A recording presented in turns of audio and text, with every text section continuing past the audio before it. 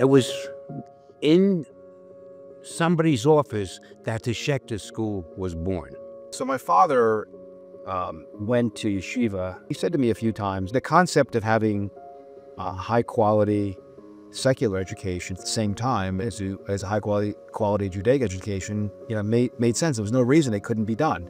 So I spoke to Horace, and he had been thinking about it many years. He got together with Dr. Nathan Winter, who was a professor, and then partnered with Rabbi Kos originally. There was an ad in the paper about a meeting, and anyone interested in a conservative day school would be welcome to the meeting. And I have no idea what possessed me.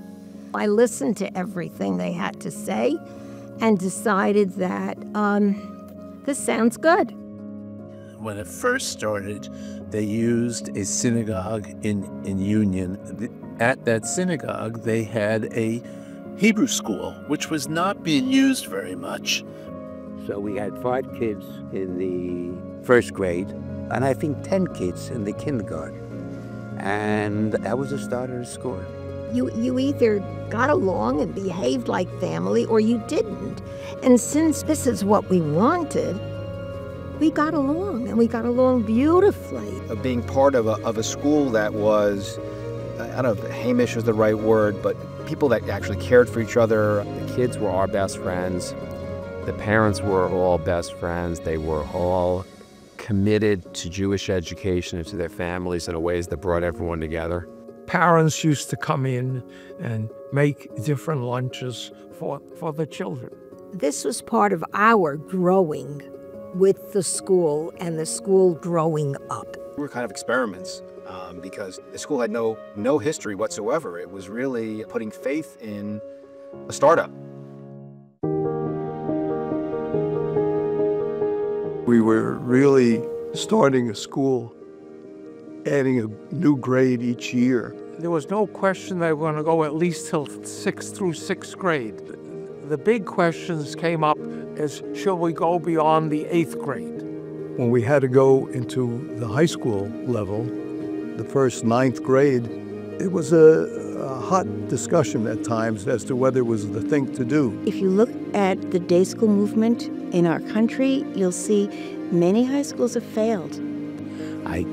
I wanted to have a high school. The start of the high school coincided with the hiring of Hirsch Jacobson as head of school. And he introduced a professionalism that was very, very good and healthy for us. He was very much so the right man. I would say my dad was a bit of a unique educator for a lot of reasons. I think he was a big believer in Jewish continuity. Things like taking kids to Bailu Lavim and Etrogim on the Lower East Side. And in those early years, he was involved with the beginning computer education that our children had. And he had a very strong sense of what we should be, which was very important at a time when you're trying to formulate your vision. He was a believer. He believed in his kids. He believed in, and not just his children, but his students. He believed in his teachers, and he believed in the mission.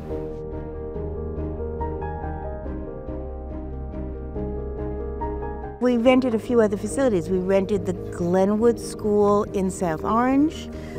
We rented the old building, the mansion building of Sharet Tefillah Israel. We have a picture when it rained once and it flooded, and a number of us, including Golda Ak, just all came in with our mops and our brooms and tried to sweep out the water so our children could go to school. Next move was buying the building in Cranford.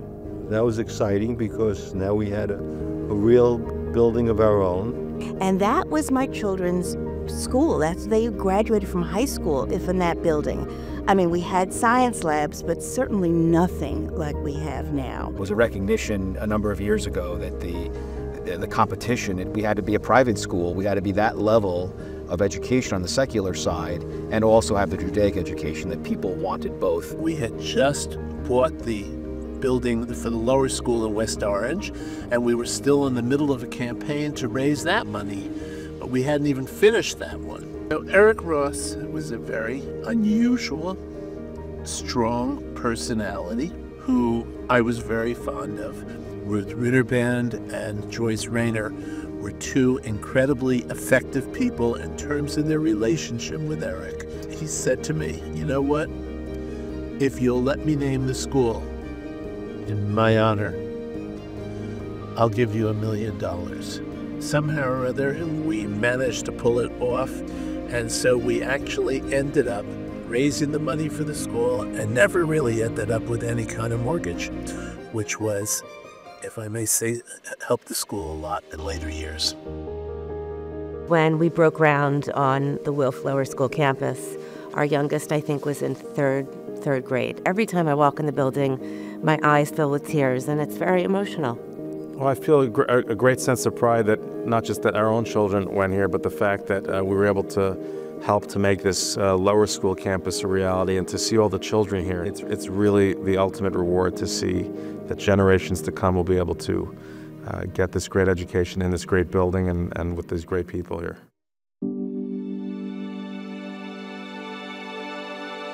Golda Ach was one of the original parents in the school. She was one of my closest friends. Golda Ach, Oliver Shalom, who was really my mentor. What an extraordinary woman she was. Golda was really an incredible person. She was an educator. At one point, she taught in the school, and she ran the business office. She fell into these jobs. It's not that she appointed someone to do it. She knew every kid she ever met. Years later, a kid's name would come up. She could tell you who their brothers and sisters were, where they went to school, what they were doing now, who their best friends were. She taught us Jewish history and was so brilliant in the way that she taught, but she integrated what was going on in modern politics. I wanted to understand where her passion was coming from. I wanted to do well in her class. She left a really big impression on me. And I thought to myself, there were other schools that had other names, and why we couldn't name the school after Golda. There was this wonderful opportunity to name the school in her honor. Her son made that possible. What are the hopes and dreams? What are the things that our school needs? What are those real aspirational ideas? I knew that it was so poised with the right financial assistance to go to the next level. She was one of the most sensitive women I ever met. And quite frankly, every time I see the sign Golda Ach Academy, I see her face.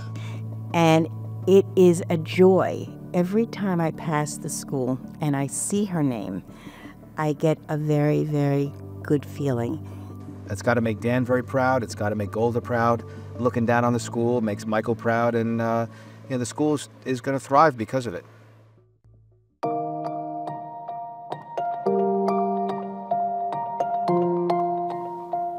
I used to walk upstairs to find out what they're doing. I was sneaky. I saw the kids doing so well. That was my strength. We had great teachers and great administrators, and the kids were good. It was almost like you had your own relatives right around you, and it was nice, very nice. The people who teach here do it out of a very strong sense of commitment and dedication.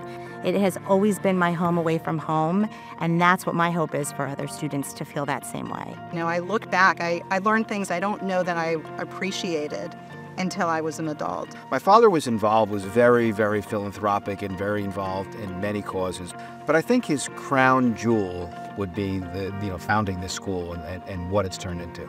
It was a great privilege to work alongside of Horace and Nat and Elvin.